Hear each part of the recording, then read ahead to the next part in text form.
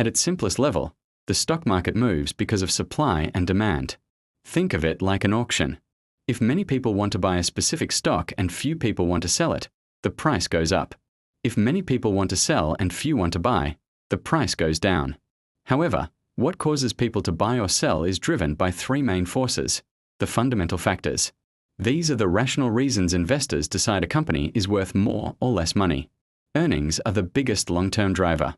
If a company reports that it made more money than expected, investors rush to buy it, pushing the stock up. If it loses money, investors sell. The economy also plays a role. A strong economy means people have jobs and money to spend, which helps companies grow. Ever wonder why the stock market suddenly takes a nosedive, even when it seems like everything is going great? It's not always as simple as good company, good stock. Let's break down the hidden forces that can make your portfolio see red. First up, interest rates. Think of the Federal Reserve as the referee of the economy. When they raise interest rates, borrowing money gets more expensive for companies. This can squeeze their profits. At the same time, safer investments like bonds start looking way more attractive.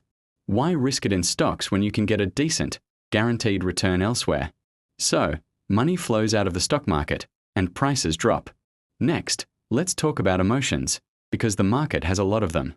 It's all about fear and greed. Remember the craze around AI or electric vehicles? That's greed.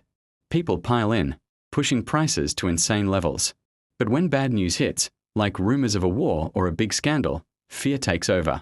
Everyone rushes for the exit at once, causing a panic sell-off, even if the company's fundamentals haven't actually changed. Then we have the technical factors, the mechanics behind the scenes. A huge one is institutional investors. We are talking massive pension funds and mutual funds controlling billions of dollars. If they decide to shift their money from stocks to bonds, their sheer selling volume can drag the entire market down. It doesn't matter what small investors like us are doing. And don't forget inflation. Initially, rising prices can make stock values go up, but chronic inflation eventually hurts the economy, and stocks pay the price. So, how do you remember all this? I like to use the table leg theory. Imagine the stock market is a heavy tabletop. It's held up by three legs: interest rates, market sentiment, and technical factors. If any one of those legs gets wobbly, the whole table starts to shake. Understanding these three forces is key to not getting caught off guard when the market moves. I hope this helps you see the bigger picture of how the market works. If you found this useful, hit that like button and subscribe for more insights. Thanks for watching.